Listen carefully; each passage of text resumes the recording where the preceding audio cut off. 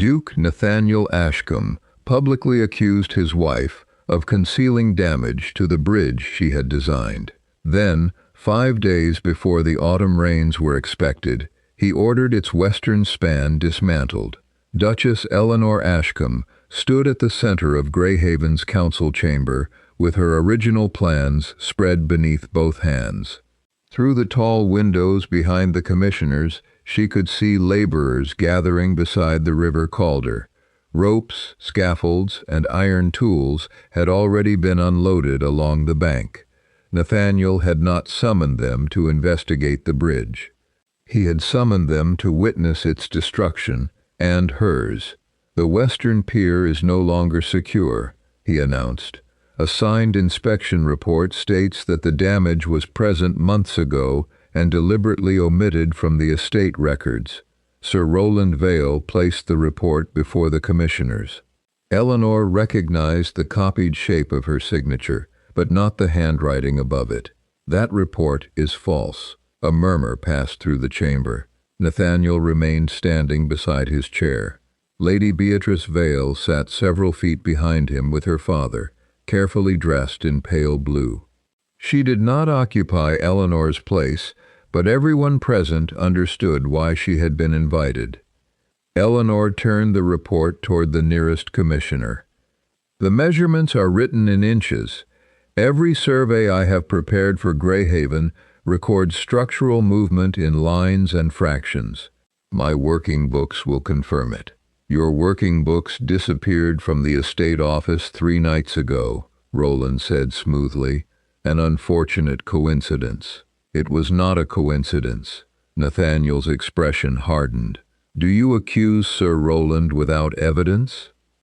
"I accuse whoever removed the only records capable of disproving this document." Thad or Kilscrip. 6 years earlier, Nathaniel had spent winter nights beside her drafting table while she calculated the Calder's flood pressure. He had defended her when landowners mocked the idea of a duchess directing stonemasons. After the bridge reopened the northern trade road, he had accepted every toast offered in its honor.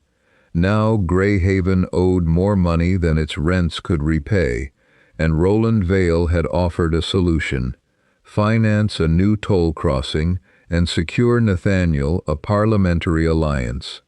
All Nathaniel had to do was believe the evidence most useful to him. "Allow me to inspect the pier," Eleanor said, "or summon an independent surveyor from York. Delay the dismantling for 48 hours. Rowland leaned toward the commissioners. "Every day of delay endangers the villages downstream." "No," Eleanor replied.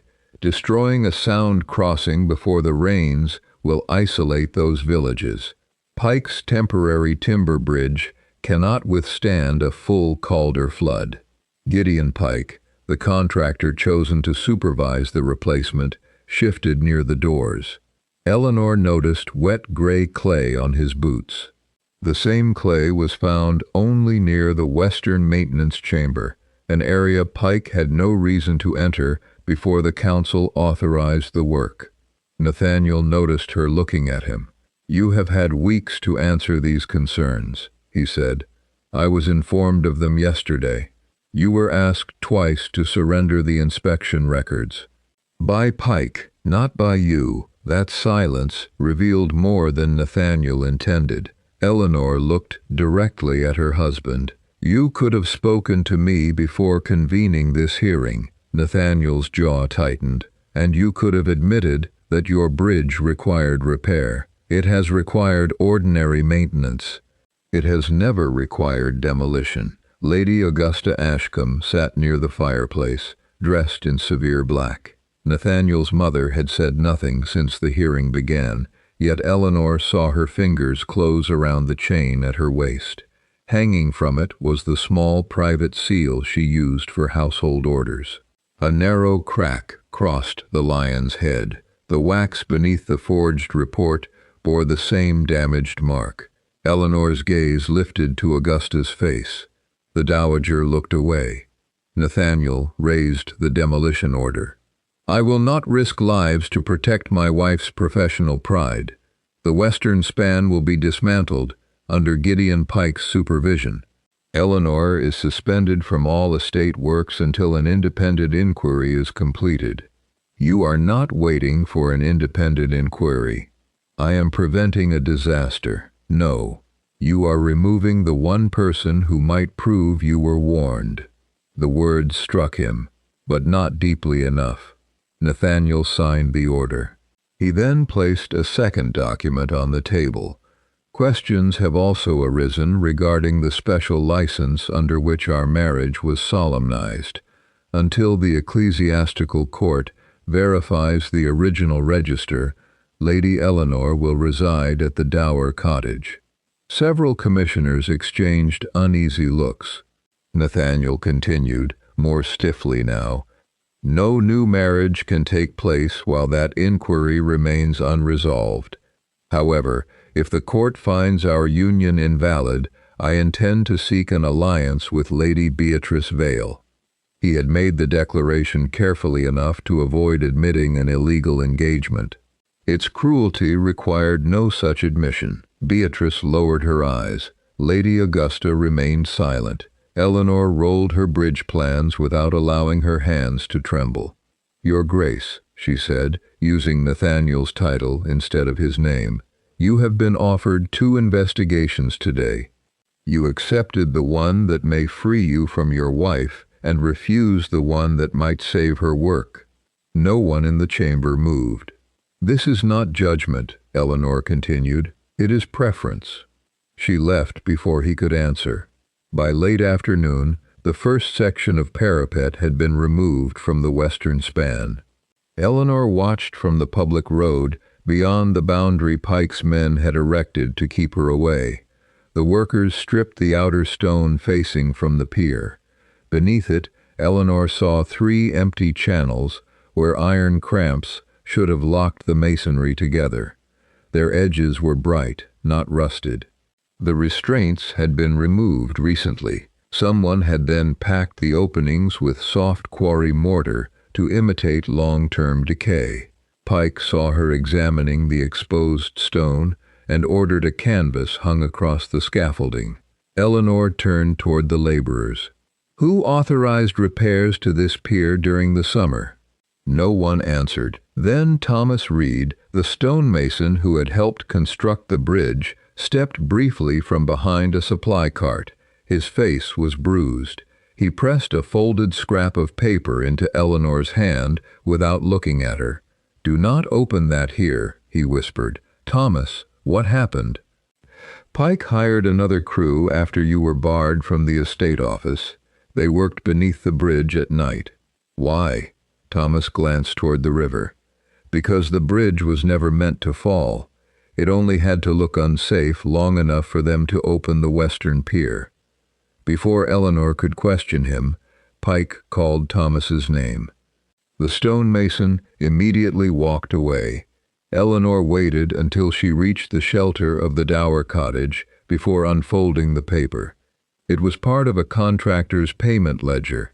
3 entries recorded work performed inside the western maintenance chamber. Each had been approved using Nathaniel's routine estate authorization. The final line had been written that morning: "Remove the iron box before the flood exposes the chamber. No witnesses." Rain struck the cottage window. Eleanor looked back toward the distant bridge and saw Gideon Pike riding away with Thomas Reed's riderless horse tied behind him. By midnight, the rain had strengthened into a steady assault against the dower cottage. Eleanor placed Thomas Reed's torn ledger page beside her surviving river charts.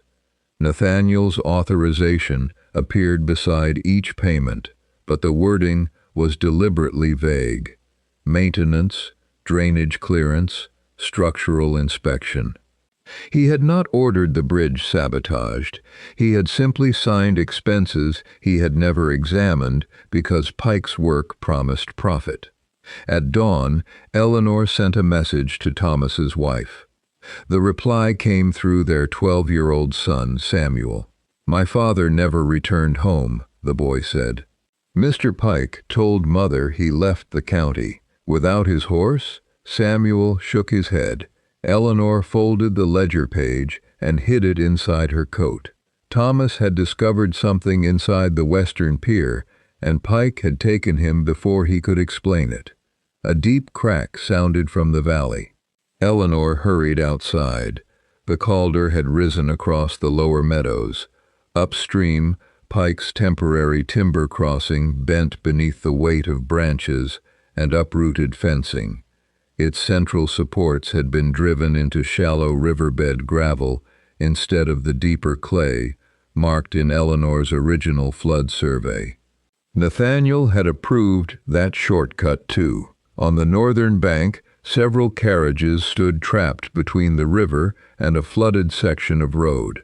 Nathaniel had crossed that morning with Roland, Beatrice, 2 commissioners, and their servants to inspect the proposed toll route. Now the temporary bridge was failing behind them. Eleanor took her old measuring rope and brasswork whistle. "Stay on the hill," she told Samuel. "My father may be across the river, and if he is, I will find him. Do not make your mother lose both of you." At the river bank, villagers were already gathering. Nathaniel's men shouted from the opposite side, but the roar of the water swallowed their instructions. Then the center of Pike's crossing broke loose. One section turned sideways and struck the remaining supports. Servants fled toward higher ground, while horses screamed against their harnesses. Eleanor blew 3 sharp notes on her whistle. Several fishermen recognized the signal from the years she had supervised construction. They turned toward her, despite the rumors that she had endangered the county. "Bring the 2 narrow boats," she ordered. "Lash them side by side and run the main rope from the old southern abutment." A fisherman stared at the current. "They will overturn before we reach halfway. Not if we cross above the submerged first arch. It still divides the current." "Can you be certain?" "I designed it." That was enough. They lashed the boats together. Eleanor tied the guide rope around the forward bench and climbed aboard with 3 fishermen. The first surge spun them toward the broken scaffolding. Eleanor watched the color of the water rather than its surface. Where the current passed above the drowned stonework, it became paler and smoother. 2 yards left," she called. "Now hold the bow straight." The boat slipped behind the submerged arch into a narrow channel of calmer water. They reached the northern bank as one of the rear carriages began sinking into the flooded road. Nathaniel waded forward and seized the bow. "You came. For the people you stranded," Eleanor answered. "Move the footmen first." Then the coachman and commissioners. Roland pushed through the rain. "My daughter crosses before the servants." "The servants cannot swim," Eleanor said. "Lady Beatrice can. You no longer command estate workers." Eleanor looked at the breaking timber behind him. "Then wait for Gideon Pike to rescue you." Roland fell silent. Nathaniel ordered everyone to follow Eleanor's instructions. 4 crossings were required. On each journey, the guide rope strained harder as the river rose. Eleanor moved the servants first, then the commissioners.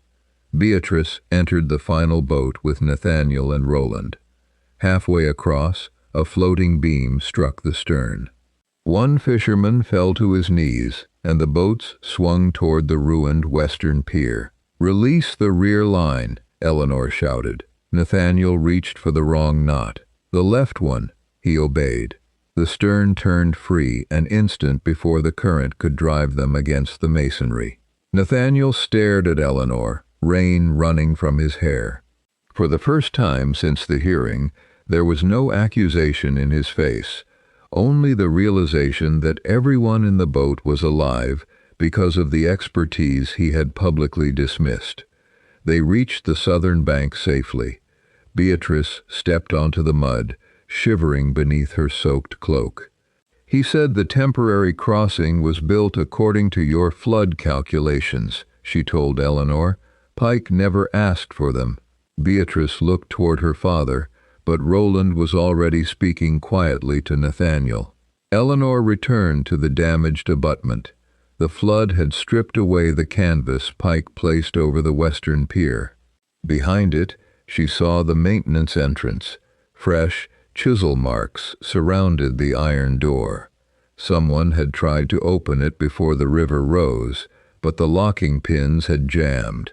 Caught beneath one hinge was a strip of brown wool. Thomas Reed had worn a brown work coat the previous afternoon. Eleanor pulled the cloth free. Dark blood stained one edge. Nathaniel approached behind her. "What did you find?" Before she could answer, Samuel shouted from the hillside. A riderless cart had emerged from the northern road. Thomas lay inside it, barely conscious, his wrists bound with rope. Eleanor ran toward him. Thomas opened his eyes only long enough to grip her sleeve. "The box is still there," he whispered, "but Pike knows what it contains." His fingers tightened. "And Sir Rowland knows your husband's debts will give him the right to take everything built above it." Thomas Reed was carried into the dower cottage and placed beside the kitchen fire. The village surgeon found a deep wound behind his ear and rope burns around both wrists. Nothing had been stolen from him except his work coat and a small notebook. "This was no robbery," Eleanor said. Nathaniel stood near the door, his wet clothes replaced, but his expression still guarded. Sir Rowland and Beatrice waited outside beneath the cottage awning. "Can he speak?" Nathaniel asked. "Not if you intend to question him like a criminal. He has accused the man financing Greyhaven's recovery." He was brought back, bound and bleeding. Nathaniel looked toward the torn ledger page on the table. "A single page can be stolen, altered, or misunderstood." Eleanor met his eyes. "So can an inspection report. Yet you destroyed my reputation before asking whether that one was genuine." The rebuke silenced him. Thomas stirred. Samuel knelt beside his father and gave him water. After several moments, the stonemason managed to speak. "Pike made us remove the iron cramps from the western pier," he said. "He told us the Duke had approved a private inspection." Nathaniel stepped closer. "I approved maintenance expenses, nothing more." "Your authorization gave Pike control of the work site," Eleanor said. "He did not need another order." Thomas explained that Pike's men had entered the maintenance chamber 3 nights earlier. They had expected to find an iron box concealed behind the inner wall, but the flooding had swollen the door frame and jammed the locking pins. "What is inside the box?" Nathaniel asked. "I never saw it opened, but the old surveyor who hid it told my father it contained the original deeds to the northern bank." Rowland entered without waiting to be invited. "This is absurd. The Ashcombe family has owned that land for generations." Thomas turned his bruised face toward him. "Your men would not have tied me inside a quarry shed if it were absurd." Rowland's expression did not change. Pike reported that Reed attempted to extort money from the estate. Perhaps these injuries were inflicted by the men with whom he conspired. Samuel rose angrily, but Eleanor placed a steadying hand on his shoulder. "Where is Pike now?" she asked. Rowland glanced toward Nathaniel. "Securing the damaged pier before the next rise. Then summon him here. The roads are flooded. The riverbank is less than a mile away." Nathaniel hesitated. That hesitation told Eleanor that Rowland's influence was not merely political. Greyhaven's debts had already placed the Duke in a position where confronting his creditor carried an immediate price. "Show me the loan agreement," Eleanor said. Nathaniel's face tightened. "Estate finances are no longer your concern. They became my concern when they were used to dismantle my bridge. You were suspended from estate business, by the same authority Pike is using to conceal evidence." Rowland stepped between them. "Greyhaven owes my family £70,000.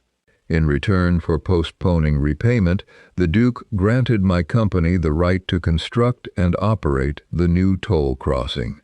"And the adjoining road?" Eleanor asked. "Necessary to the enterprise."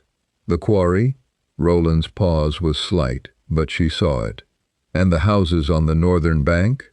Eleanor continued. Nathaniel looked at him. "The agreement does not include the tenants' homes. It includes all land required for access and maintenance," Roland replied. "Language your solicitor approved." Eleanor understood the scheme at last. The bridge had not been condemned because it was unsafe. Its removal allowed Roland to replace a free public crossing with a private toll bridge. If the iron box proved that the northern bank belonged to the village families, the agreement Nathaniel had signed could not give Roland the land he needed. Nathaniel had not designed the fraud. He had made it possible by accepting money, dismissing Eleanor, and granting Pike authority before verifying either the report or the property boundaries. "Revoke Pike's access," Eleanor said. "Seal the western pier until a magistrate can examine it." Roland's voice hardened. "If the Duke obstructs construction, the entire debt becomes payable within 10 days.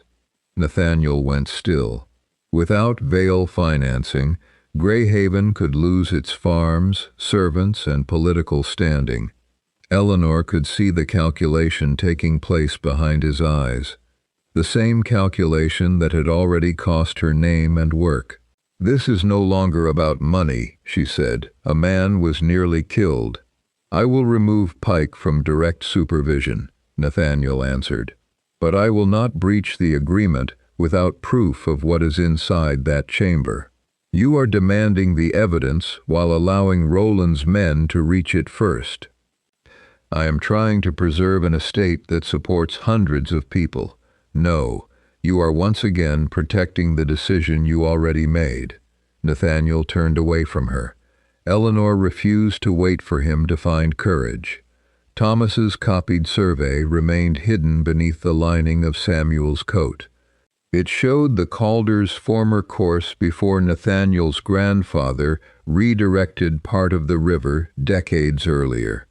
The old northern bank lay outside the Ashcombe boundary. The iron box could prove that the 12 village families still owned it. A bell sounded from the river.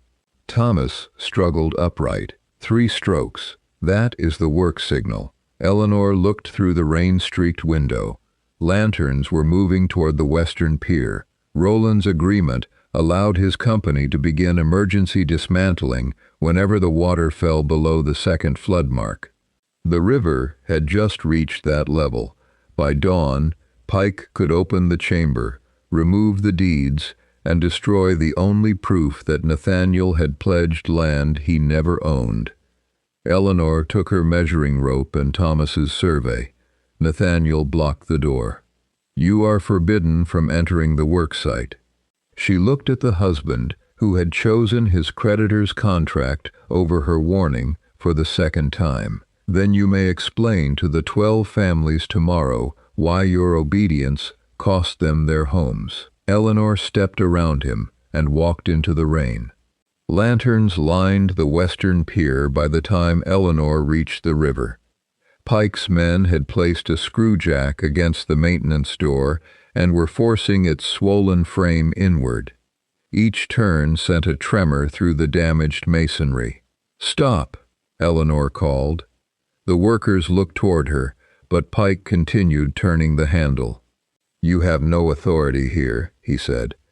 "You removed 3 iron cramps from this pier.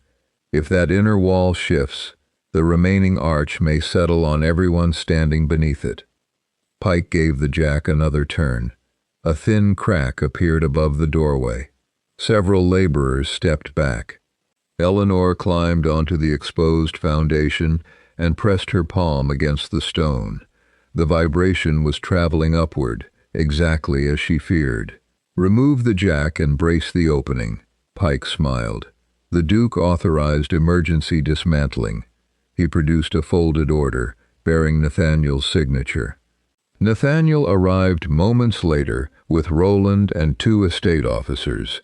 He took the document from Pike and examined it. "This authorizes necessary work under the Vale Agreement," Nathaniel said. "It does not permit you to enter a sealed chamber." "The chamber lies within the work site," Roland replied. "Your signature grants my contractor full access." Eleanor pointed toward the spreading crack. "Argue about the contract after the men are clear." The stone above the doorway shifted. Nathaniel finally saw it. "Everyone off the pier," he ordered. Pike resisted until a fragment of masonry struck the ground beside him. The workers abandoned their tools and moved back. Eleanor directed them to place 2 timber braces beneath the weakened lintel. Nathaniel followed her instructions without interference. Only after the pier stopped moving did she climb down. "You knew that would happen," he said. "I knew it might happen. That is why engineers inspect before they destroy." Magistrate Harcourt arrived with several village elders whom Samuel had summoned. Their presence prevented Roland from dismissing the incident as a private estate matter. Harcourt examined the damaged door and the missing iron restraints. "No further work will take place here until I appoint an independent surveyor," he declared. Roland held up Nathaniel's agreement. "This land belongs to the Ashcombe estate. The magistrate cannot suspend a lawful contract without evidence of a crime." Thomas Reed appeared at the edge of the workyard, supported by Samuel and another stonemason. "There has already been a crime," Thomas said. He pointed to a narrow cavity exposed where the outer stonework had been removed. Inside lay a broken leather tool strap, marked with the initials M.D. "Matthew Dale wore that strap," Thomas continued. "He worked with us when Pike ordered the first iron cramp removed 2 months ago." Nathaniel frowned. "Dale died in a quarry accident." "No," Thomas said. "Part of the maintenance wall collapsed on him. Pike moved his body before dawn and threatened to dismiss anyone who spoke." Nathaniel looked toward Pike. The contractor's face had lost its confidence. "I reported what my foreman told me," Pike said. Thomas pulled a folded receipt from his waistcoat. It recorded a pension paid to Matthew's widow from the Ashcombe accounts. The payment had been classified as quarry compensation and approved with Nathaniel's signature. "I remember signing this," Nathaniel said quietly. Pike said Dale had fallen while clearing loose stone.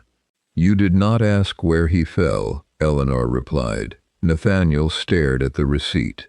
A forged bridge report had cost Eleanor her position. A vague maintenance order had given Pike access to the pier. An unread compensation account had concealed a man's death. Roland could no longer pretend these were separate accidents.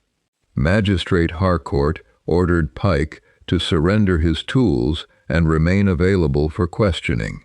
Pike obeyed, but Eleanor noticed Roland whisper something to him before they left the riverbank.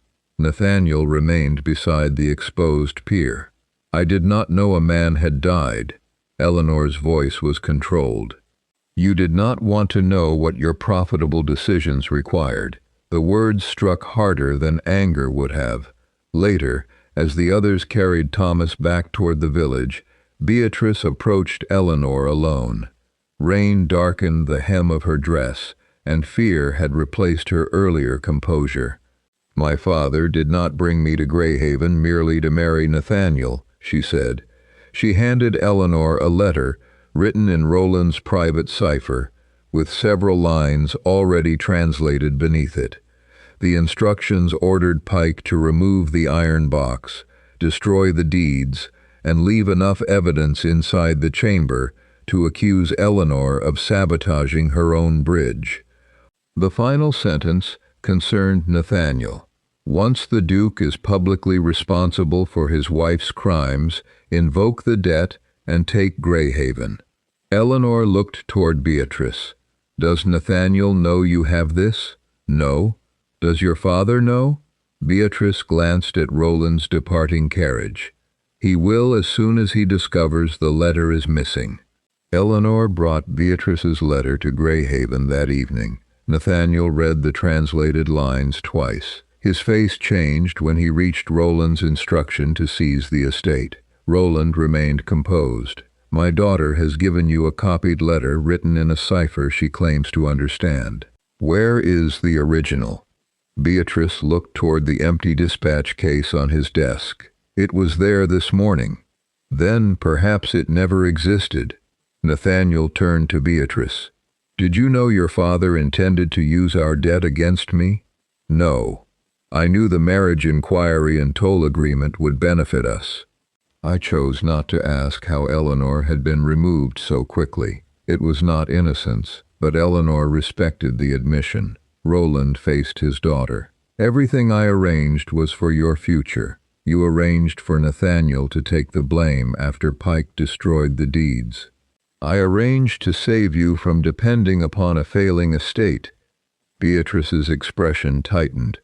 Her father did not see her as a daughter or future duchess.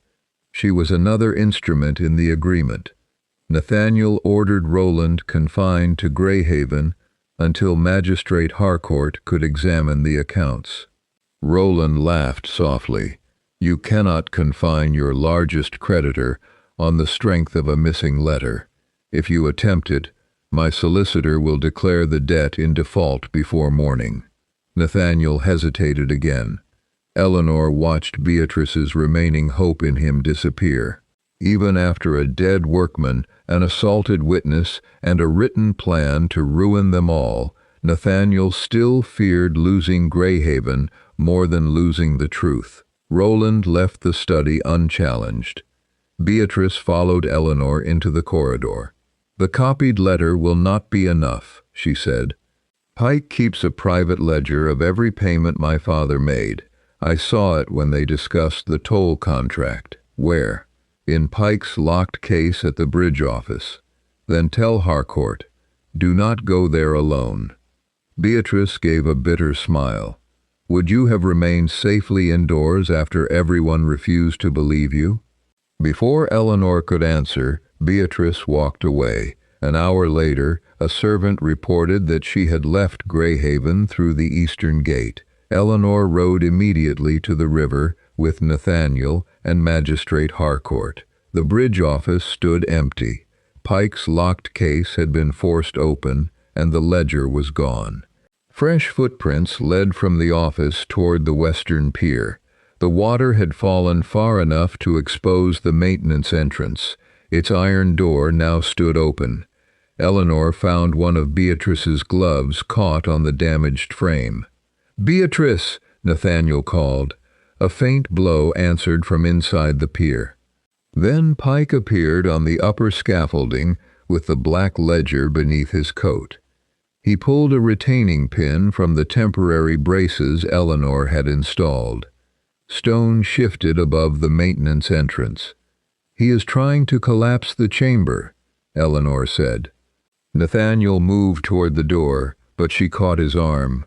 "One wrong step will bring the remaining wall down." Beatrice struck the door again from inside. Nathaniel looked at Eleanor, the woman whose judgment he had rejected before the entire county. "Tell me what to do." "Replace the pin Pike removed," Eleanor told Nathaniel. "Do not touch the upper brace." Nathaniel climbed onto the lower scaffolding.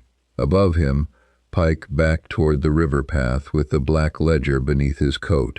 Magistrate Harcourt called for the laborers to stop him, but Pike pushed through them and disappeared into the darkness.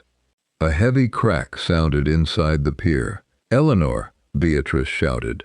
Nathaniel forced the retaining pin back into place. The shifting masonry slowed, but the damaged entrance remained unstable. "What now?" he asked. "Hold the brace exactly where it is."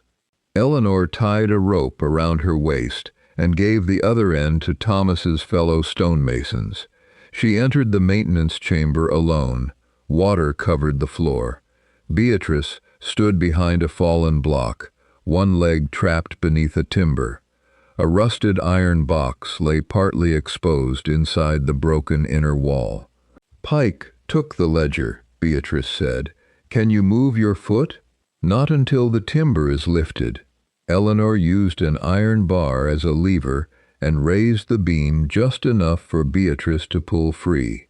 Another tremor passed through the chamber. "Go to the entrance." "What about the box?" "If we leave it, everything that happened here becomes one woman's word against a contract bearing a duke's signature."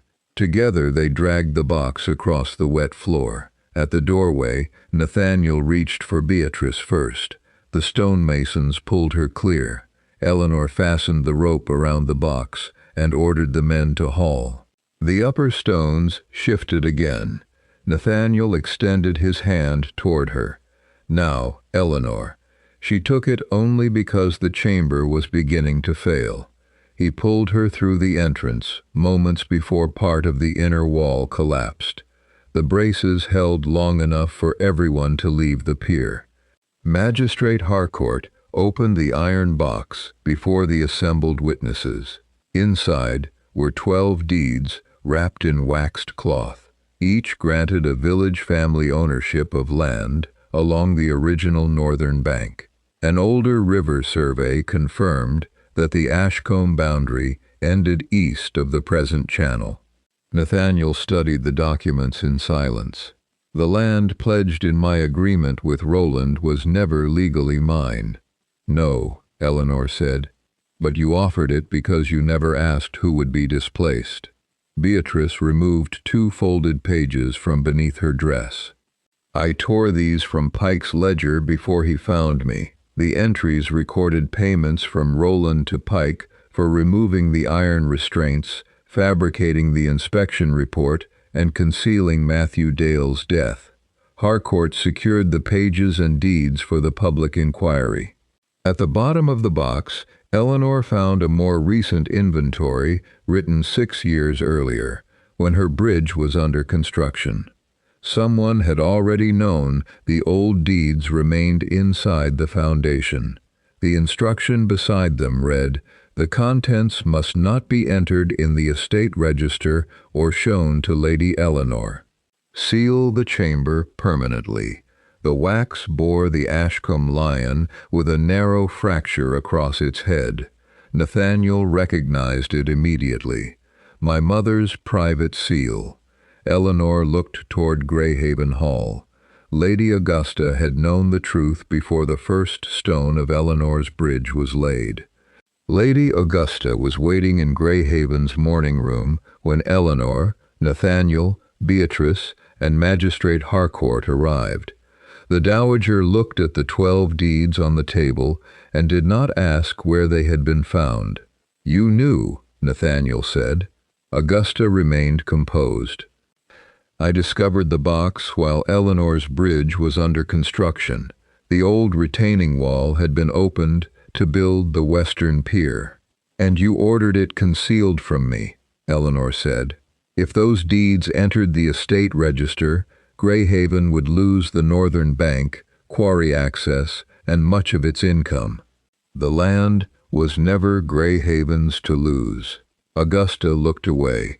Nathaniel placed the inventory bearing her damaged seal beside the deeds. "Did you give Roland access to this seal?" "Yes. He promised to resolve the ownership problem and refinance the estate." "By destroying Eleanor's bridge?"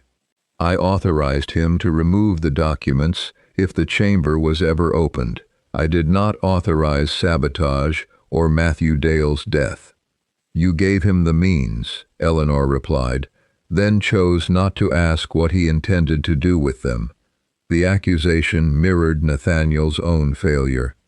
Augusta admitted that she had also told Roland about an irregularity in the surviving copy of Nathaniel and Eleanor's marriage license. The original register was valid, but Roland had used the missing copy to demand an ecclesiastical inquiry. "And you allowed Eleanor to be publicly treated as if she were never my wife," Nathaniel said. "I believed a Vale alliance would preserve your title and estate." "No," Eleanor said. "It would preserve the income attached to them." Nathaniel turned toward his mother. "Did you tell me the truth about any of this?" I told you Greyhaven was near ruin. I told you Roland could save it. And I chose not to ask what he expected in return. For the first time, Nathaniel did not describe himself as deceived. His mother and Roland had created the scheme, but his ambition had given it power. Magistrate Harcourt recorded Augusta's confession and took possession of her private seal. He also confirmed that the marriage register had been located in the diocesan archive. Eleanor and Nathaniel's marriage was lawful. The inquiry had never justified removing her title or announcing another alliance. Nathaniel looked at Eleanor. I will correct the announcement immediately. You will correct it before the same people who heard it, she replied. A private apology cannot repair a public accusation. A courier arrived before Harcourt could answer. Sir Roland had petitioned the county court for an emergency hearing the following morning. He claimed the village deeds were outdated and subordinate to a royal toll charter granting the Vale family control of every crossing over the Calder. If the charter was accepted, Roland could proceed with the toll bridge even without owning the northern bank. Harcourt read the final line aloud. Roland intends to present the original charter in court. Eleanor examined Thomas's old river survey. A royal document might bear a genuine seal and still contain a lie. And if Roland had forged the charter using a modern map, only someone who understood how the Calder's course had changed would be able to prove it. The Crown's commissioners convened at the county hall the following morning. The 12 village families filled the rear benches. Eleanor sat beside Thomas and Magistrate Harcourt, while Nathaniel, Beatrice, and Lady Augusta occupied separate places at the front. Sir Roland entered without pike. He placed a sealed parchment before the commissioners. This royal charter was granted to my grandfather 40 years ago, he said. It gives the Vale family authority to construct and collect tolls from any bridge spanning the western channel of the Calder. The seal appeared genuine. The parchment described the northern quarry, the western riverbank, and the exact location proposed for Roland's new crossing. Thomas presented the 12 deeds. Harcourt submitted the payment pages Beatrice had taken from Pike's ledger. Beatrice testified that Pike had imprisoned her inside the maintenance chamber after she discovered the accounts. Roland dismissed every accusation. My daughter is attempting to escape the scandal of pursuing a married man. Thomas Reed seeks valuable land. Duchess Eleanor seeks revenge against the husband who removed her from estate work. He pointed toward the empty place where Pike should have stood. And the contractor they accuse is not here to answer for himself. One commissioner examined the royal seal. Unless this charter is disproved, the Vale claim may supersede the private access rights contained in the village deeds. Eleanor requested permission to inspect the parchment. Roland objected, but the commissioners allowed her to approach without touching it. She studied the written boundary and the small map drawn in the lower corner. The river curved west beside the quarry before passing beneath the proposed crossing, exactly as it did now. When was this charter issued? She asked. Roland repeated the date. Eleanor placed Thomas's copied survey beside it. 40 years ago, the Calder did not flow through the western channel. Nathaniel's grandfather redirected it nearly half a mile from its original course, 12 years after this charter was supposedly granted. Roland's expression tightened. The charter may describe a planned diversion. It does not. It identifies the northern quarry as bordering the river. At that date, the quarry stood hundreds of yards from the eastern channel. The commissioners compared the two maps. Eleanor continued. Whoever prepared this document used the river's present course and then assigned it an earlier date. A murmur spread through the hall. Roland recovered quickly. Her only support is a survey copied by Thomas Reed. The original has not been produced.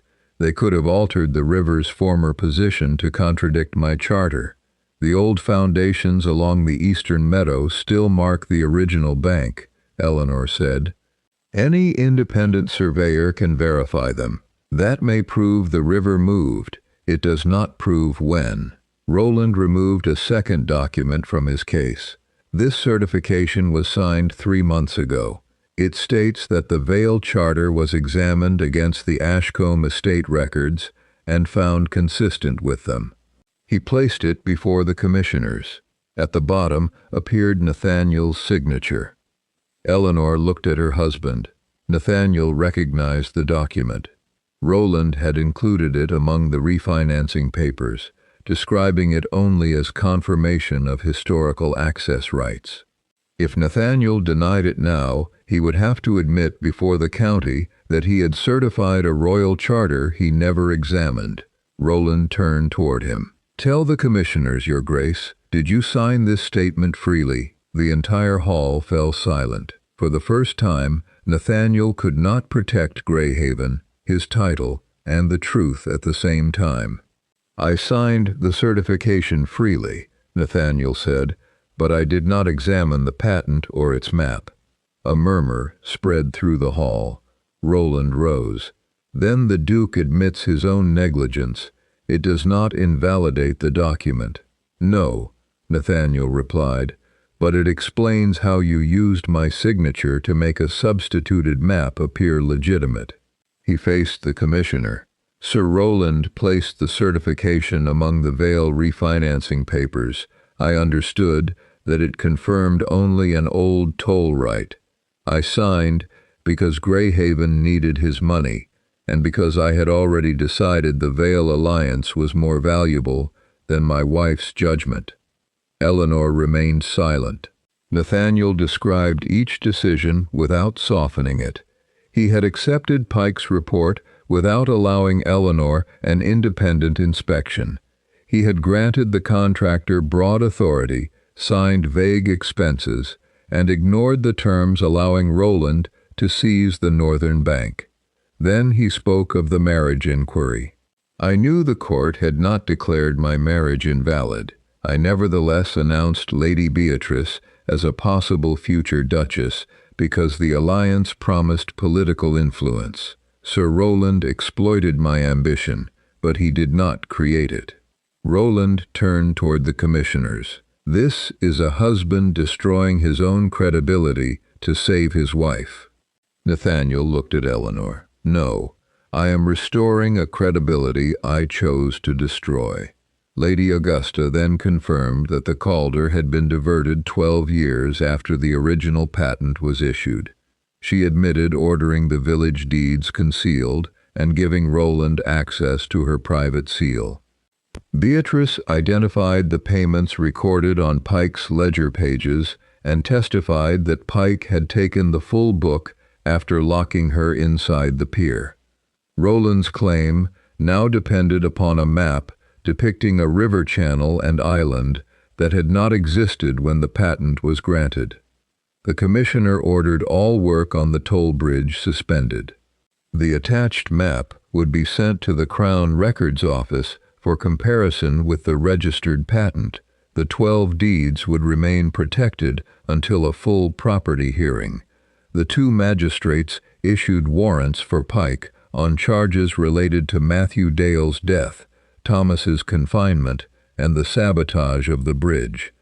Roland was detained pending investigation for fraud, conspiracy, and the attempted destruction of property records. Before he was removed, Roland looked at Nathaniel. "Without my loan, Greyhaven will be bankrupt within a month." Nathaniel did not look away.